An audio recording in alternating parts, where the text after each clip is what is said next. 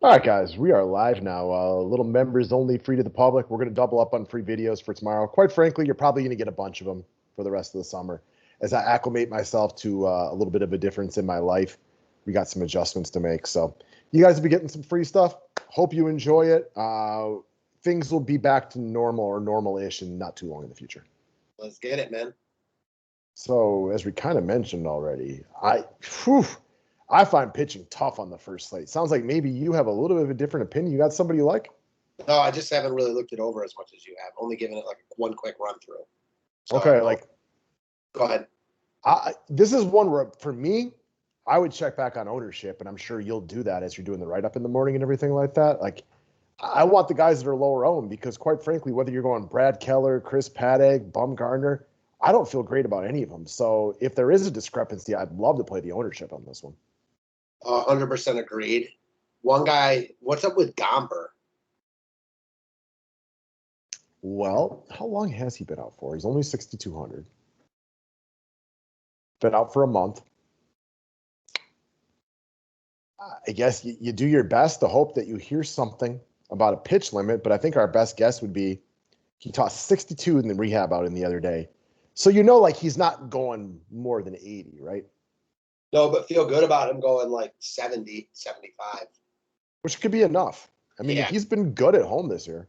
Especially on a slate like this. We've had a couple slates like this recently with some really awful pitching options. I don't think Gomber's a lock by any means. Worth looking at. Yeah, Seattle's not very good. We all know that. Now, again, this might actually be a game where I'm a little bit interested in both pitchers in Colorado.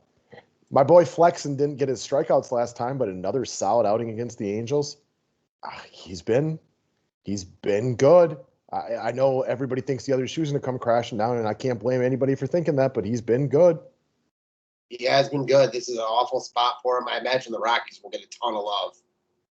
I get that. And this guy's got one earned run or less allowed in 5 of his past 6, so he's pitching well. It's not a great spot. He's in Coors Field. Everybody knows about Coors Field. You're not sneaking up on anybody, but I'm assuming he won't be very high owned. I assume your assumption is right. All right, so here's an interesting one. Brad Keller. Awful year so far. No two ways about it. He did close the first half looking a lot more like the Brad Keller of the first couple of years of his career. He's had a terrible season, but he gets a strikeout-heavy Milwaukee team.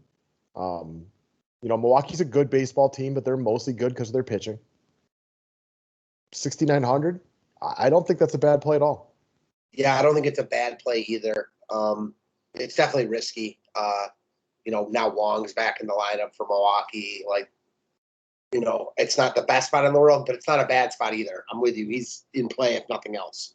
Mike Minor pitched well today. That doesn't necessarily mean anything for today, but, it can be done. But I feel really wishy-washy about everybody on this slate, so I'm not going to have a hard recommend. You look at the top guy, Stroman, at Cincinnati. Man, he's fallen off recently. Just as far as real-life pitching goes, he's good, but he's not a guy I ever want to pay 10-4 for. No, not in this spot.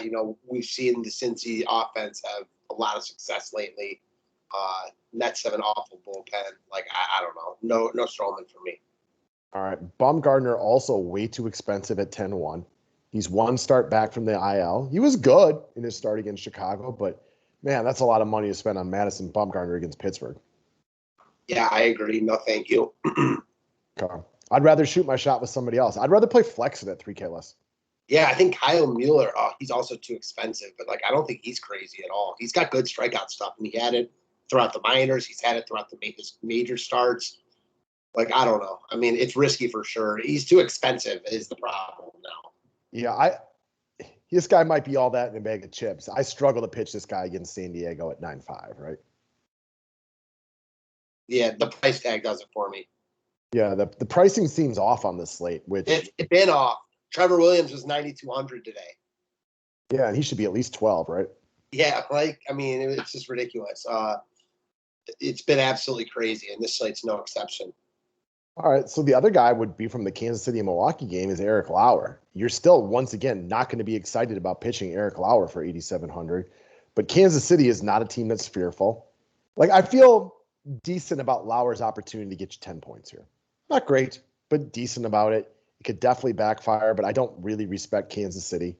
And all in all, he's right in the mix for me, but I don't love it by any stretch of the imagination.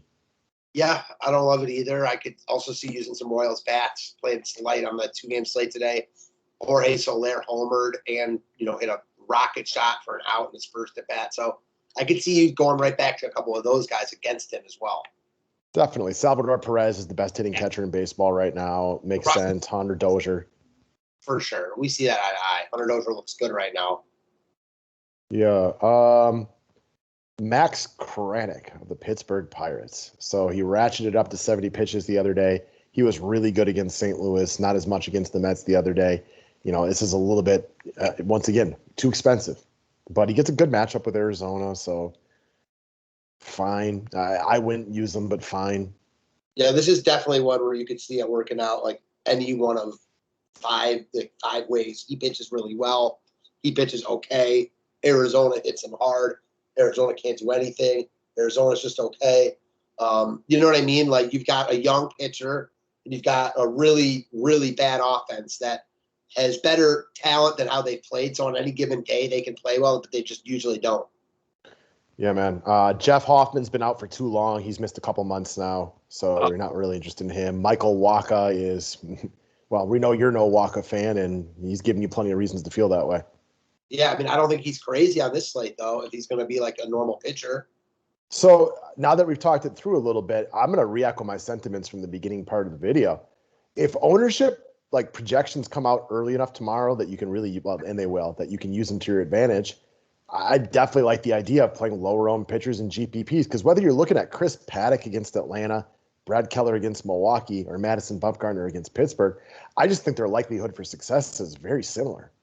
Yeah, these are the slates I really don't like, where there's a bunch of games and there's literally no good pitching options. You like to feel comfortable on pitching and taking chances on offense. Exactly. So it's not there tonight. God, no. No, so I'm glad this is the day slate, because I think I might just do the write-up and not play, because I got some other stuff to do, and then we'll have a night slate to play. I get that, man. I've had to bow out of a bunch of slates lately, and I can assure you this is one that, as of right now at least, I'm not going to go out of my way to play. Could I enter something? Maybe. I mean, the only reason if I would enter something is because you like flexing, and like that's going to be different in itself on a slate like this. If I felt the way you do about flexing, I would probably play this slate. That's how I feel, honestly. That's fair. I could see myself playing both pitchers from Coors Field. Yeah, I get that. I have no arguments with that. These have been two of my babies this year. Like, I've been an Austin Gomber guy, and I've been a flexing guy. They've mostly done me well. I did not use Gomber in his blow-up start. And flexing is like, I'm like 5 for 5 with him. Again, that's going to come crashing down. That is just a collection of good luck right there. He's not as good as he's pitched.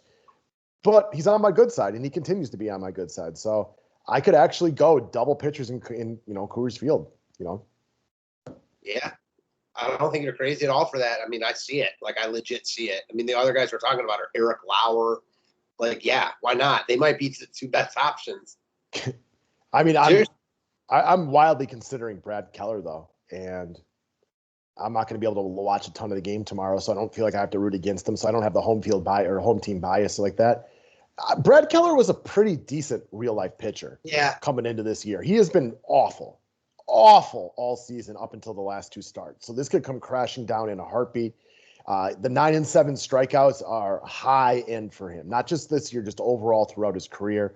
He's more of like a 7K per 9 guy, if my memory serves me correctly. But I think there's a good chance to get 10 to 15 here. The tournament side of me likes the offense in this game and the pitchers in the Colorado game. I get that as well. So we'll check back on ownership percentages in the morning. Venmo will drop that stuff in the write-up for you. Let's talk about the offenses real quick. You got Michael Walka versus Keegan Aiken. We did a really deep dive into Aiken the other day, and what we came up with is he's terrible. Yeah, he's no bueno. Not good at all. Bad ballpark for Tampa, but it's okay. I see a Rosarena tonight already with a double and a homer. It's like the third inning, and now he's facing a weak lefty. So, yeah, that makes sense. I mean, we talk about how Matt Harvey shouldn't be in this rotation. Keegan Aiken just seems hopeless. Yeah, although he should be in the rotation over Harvey, although that's I played Sunday and Harvey threw like a gem against the Royals, of course. The sun shines on the dog's rear end some days, right? It's true. So I'm with it on Tampa on this one. Aiken's terrible. It's a bad ballpark. Tampa Bay is not hitter friendly, but as you mentioned, a Rosarina. I mean, hell, he's so bad you can put lefties out there against him. Definitely. I mean, how long is he even going to be in the game? Well, what's the average? About 2/3 of an inning. Yeah, exactly. So you can give me as much Tampa Bay as you want. I mean, as far as all the starters in baseball go, I'm not saying he's the worst, but you watch as much baseball as almost anybody in the world. Can you think of a pitcher who is actively worse than Keegan Aiken? Yeah, a couple, but not many. Matt Andrees comes to mind. And there was one other. I was like, you said, Matt Shoemaker. Yeah, your boy. Yeah. Matt Shoemaker, the guy who should legitimately be making shoes. Okay. I'm all there. I get it. Yeah, I'm for as much Tampa as you guys want to use on this one. And I don't think Baltimore bats are at all crazy against Walka. I just don't think it's where I'd end up. Same. So, I mean, they're cheap. Outside of Mullins, who's having a great year, Stewart, Santander, Hayes, they're all really, really cheap. But we don't really have expensive pitchers we like, so what's the point? Yeah, exactly. We kind of just swept right over Paddock, and I'm not a Paddock fan on this slate, but I understand using him. He was really bad early in that last start, and then, he was better as the game progressed a little bit. Yeah, he's hit or miss. I definitely could see using him on this slate. I could also see using the Braves. Sure. Give me Flexen over Paddock. That's my bold statement. They've been on the same slate a bunch, and Flexen keeps outscoring him. Yep. It's cheap. I was just going to say, that is really low for Freddy Freeman, who has been, remember how bad this guy was playing to start the season? In just a couple of weeks, this guy's probably batting 300, 25 home runs, going to end the year with close to 40 bombs. He's just one of the best hitters in baseball. Yeah, you know who else is like that? That's not like one of the best hitters in baseball. That's turned his suit. Ever since we talked trash about him, Paul Goldschmidt. Oh, yeah. And I was going to say, we were calling for Soto to bust out for a couple of weeks. Yes. And he has busted out like Easy and give me that nut repeatedly lately. Yeah, he has been the best hitter since the second half, for sure. Yeah, just absolutely on fire is Juan Soto, which is not a surprise because he's elite. No, but it's nice to see, we were thinking that, we watched it, and it's coming to fruition. All right, so I get the feeling Muller's just way too expensive for you, but you're not really trying to load up on Padres bats here. No, but they're always in play because, First off, they're better than Mueller. They run, they do have power. So, yeah, I mean, they're in play more than Mueller. I imagine they'll get a lot of love. Okay. Just because it's the Padres. Tatis, even tonight, was the cash shortstop, even over Story against Marco Gonzalez at home at Coors. So on a slate like this, I think it's the same thing. Well, Tatis is not cheap, but he's cheap for him. And Machado's 4,600. You got Myers, Pham, both below 3,800. I could see why they'd get a little bit of love and attention right here. Yeah, they make sense. And then Atlanta against Paddock, we kind of discussed. I mean, I get it. I think this whole slate, you can make legit arguments for almost every pitcher and every offense on it, which is why you don't like it, and I don't like it either. Atlanta's a tough stack right now, with no Acuna, obviously no Azuna, no d'Arnaud. I will say, though, they have been better against righties. Riley's really good against righties. Obviously, Freeman. So I don't hate it. Yeah. Stroman's been not great lately, and Cincinnati's a pretty good offense, good hitters ballpark. I still don't think this is one where I would end up on them, though. There's other spots I'm going to like better. Same. Okay. I respect Marcus Stroman, even if the DFS points have been bad lately, and I know you're a fan. Yeah, the Mets have used a ton of their bullpen. I could see him pitching well here. The more I think about this slate, I could see using him. He is too expensive, but every pitcher on this slate is too expensive, and no pitcher on the slate is good. There's money to spend everywhere. I think Stroman, if I'm picking who has the highest score on the slate, it's Stroman. So why don't I just use him? I have no arguments with that. It makes sense to me. Obviously, I'm not saying he's some sort of lock, but I mean, he's pretty easy to fit. I don't know. Yeah, especially if you get Castellanos onto the lineup again. Yeah, exactly, for sure. And it's a day game after a night game. I know these Cincy hitters are really cheap and chalk, like Winker and Naquin. Their lineup still doesn't scare me with like a good pitcher. And I don't need like the 10K upside, like if there were Garrett Coles or those guys on this slate. There's not. So if Stroman gives me 16, I don't love it, but okay, I'll take it. The flip side of that, for as far as Jesse Winker goes, obviously watch how he plays today. But yeah, he did bust out of an extended slump the other day, and he is only 4,100. definitely. I mean, He had been slumping for a while. Yeah, I mean, he was a cash game lock yesterday. I did not want to play him in tournaments because of that, but all it takes is some Jared Eichhoff for you to go off. All right, so the Mets against what's his name? Hoffman. Yeah, I wrote up Conforto as the GPP must yesterday. Monster game. Unfortunately, Soto was monster. Boston went nuts, but Conforto did hit 2 home runs, and he is on fire right now. So against Jeff Hoffman on the worst bullpen in the league, I like the Mets. I like them more than the Red side for sure. Great hitters ballpark. And Conforto is an interesting guy as far as baseball is concerned because they've talked about him in New York for years now that they keep thinking he's going to turn into like this really good hitter. And he shows flashes of it for weeks and sometimes even months at a time and then just falls off for long periods of time. But he's playing well right now. Yes, he is. When he's hot, it's kind of Justin Upton-like, Yeah. And when these guys are going well, they are real good. They're not like these like mediocre guys that just hang around because they're average. The reason they hang around in these lineups when they're slumping so bad is because of their upside when they're hitting it well. And it doesn't happen all year or even most of the time. But when it is, you got to ride it. That's baseball. And that's what I think people lack in MLB DFS. So, I even liked Conforto a lot tonight as a one-off, even against a lefty. So many good plays, and I didn't recommend him again. But when these guys are hot, you play them. I think sometimes this is what's missing in the analytical days of baseball. You talked about riding the hot hand with a guy like Conforto. Like one of my biggest issues with my boy Craig Counsell is you got a guy like Keston Hiura, and every time he has a good game and you want to get him on an extended hot run, he just isn't in the lineup for 2 days after that. You finally got a guy that you kind of need. Milwaukee's they're a good team, and Willy Adames has been a godsend, and they are set up well in the playoffs. But you're going to need more offense, and this is a guy you don't have to trade for. Yeah, other teams have good pitching. So, you guys have good, but, someone's going to get a hit. You know what I'm saying? So, I don't know. I agree with you. Yeah, and every time, he's had maybe 5 good games all year. I swear 4 of those 5 times, he's been out of the lineup the next day, and I just don't understand it. Makes no sense. All right, as far as this game goes, worth noting, Kristen Yelich, very affordable. He just missed a home run today too. Just for anybody who wasn't watching. Yeah, I like this whole game. I mean, he's really cheap. Avisel Garcia stole. I mean, he had a bag stolen too. Oh yeah, he had another nice day today too. Yeah, you're right. So that's they already have this populated. Good job, DK. So he's been hitting well lately. I liked Avi. Yeah, I like this whole lineup. Colton Wong has looked good since coming back. And then Eric, I don't mind picking on Eric Lauer either. So we mentioned already those guys like Soler, who looked good. And he's another one of these guys. When he's hot, I don't mind riding him. Yeah, for sure.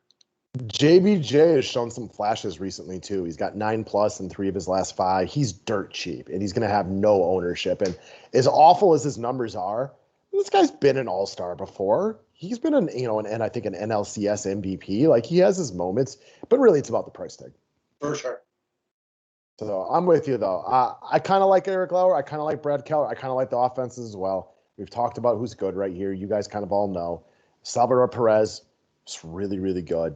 Probably still going to be in the lineup because he never seems to get days off, even when he is in an NL ballpark. Yeah, he loves to catch. They talk about it a lot. And, even when he's not, he DHs. He never gets a day off, which is nice for DFS. Yeah, maybe tomorrow with the day off because he's in an NL park and there's no DH. It's possible day game after night game, but he plays a lot. It is possible. I mean, he's not going to play 162 games probably. He'll probably play him 150. So there will be days he's off, and this could be one of them in an NL park, day game after a night game. Although he was off on the 19th, so I'm not as concerned. True. Yeah, fair enough. They are just after the All-Star break, et cetera, which he played in, though. Yeah. All right. Seattle against Colorado. Look, I've said it before. I'll say it again. I'm on the pitchers on this one. I'm not that interested in the offenses. Do I understand that it's Coors and the offenses go off? Of course. Everybody knows that. Like, you can play one game of DFS and you understand what Coors Field is, or just watch a little bit of baseball. But I'm definitely team pitcher in this one. Yeah, I'm with you. I mean, guys I would call out, though, a Cal Raleigh, a catcher, 2K, who's absolutely raking in the minors, and he's 2K. So he's right in the middle of their lineup tonight. And if he's 2K back there again tomorrow, he's in play. 2K at any position is good. And if it's a guy who actually has the ability to rake, it's even better. Yep. So that's all it is. But, I mean, I'll definitely, like, I ain't paying $6K for Trevor Story. No way, no how. No, I agree. All right. And now we get a preview of what the NLCS will probably look like. This game is sneaky, I think. Could be. Yeah, I've had success with Pittsburgh and Arizona and day slate, so that's part of the reason why I might think it's sneaky. So you don't have to beat a lot on a slate like this, right? I mean, we prefer a couple fewer games, but sure. We talked about Kansas City, Milwaukee. I'm not surprised if KC Milwaukee's a 3-2 game. I was going to say, we prefer fewer games, but when Coors is one of those games, it changes things. Because, like, if we're on the pitchers and Coors and that game's busts, like, and the pitchers do well, like, that's a lot of the field that we've taken out. Yeah, and good, guys. We're both well aware that Pittsburgh and Arizona are two of the worst offenses in baseball, but that doesn't mean you can't pick out some proper pieces. Brian Reynolds is having a great year, right? He's batting .302 with an OPS over 900 and 17 bombs. He's a good hitter. You know, Gregory Polanco, you probably don't want to go lefty on lefty, but Cole Calhoun, David Peralta, again, hasn't been as good as he was years ago, but there's still some pop in that bat. Eduardo Escobar on fire right now. See, there you go. And another guy like the first baseman, Christian Walker. He still hasn't really turned his career around to the point that you would like, but there's power in that bat, despite what the home run numbers tell you. He is very capable of hitting a home run. He's only 3,200. Yeah, these are the spots where a guy like that's in play. Yeah, I mean, I assume that this game probably doesn't get love from the pitchers, but doesn't really get it from the offense either. I'm assuming most people just ignore this game. Agreed. So, and nobody's paying $5,800 for Eduardo Escobar. No, agree with that. The thing wait, go ahead. I was saying that's expensive. Very expensive. The only reason Pittsburgh might get love, they're so cheap. Like these outfielders, Gamble, it's 2K. Although their lineup might be different because it's a lefty on the hill. So also, this game starts late, so you probably won't have their lineup. Fair enough. So that always cuts into their ownership. And look, we're never going to sit on video and tell you guys that we think Pittsburgh and Arizona are like great teams, but you don't have to be great all season. It's just one day. Especially when you're like in, on a slate like this, where, like you said, there aren't that many games. Agreed. So I guess after running through this one, I'd probably be kind of heavy on Tampa bats. And I'm going to use the pitchers from Seattle, Colorado. I feel like I'm different enough with my pitchers right there. I don't care if Tampa Bay is popular. I just have no respect for Keegan Aiken. I get that. That makes a lot of sense. And when you're different like that at pitching, I mean, you can do that. So I feel that. I like Tampa. I also like some of the Mets. Yeah, you can get me some Conforto in my life, no doubt about it. The Royals-Brewers game is interesting to me, just like the Pirates and Diamondbacks game. Okay. I mean, that's kind of the way we see it, guys. Write-up will be out tomorrow, and all the necessary adjustments will be made. Yes, they will. All right, guys. Good luck today. Thank you. Tonight, whenever. Whenever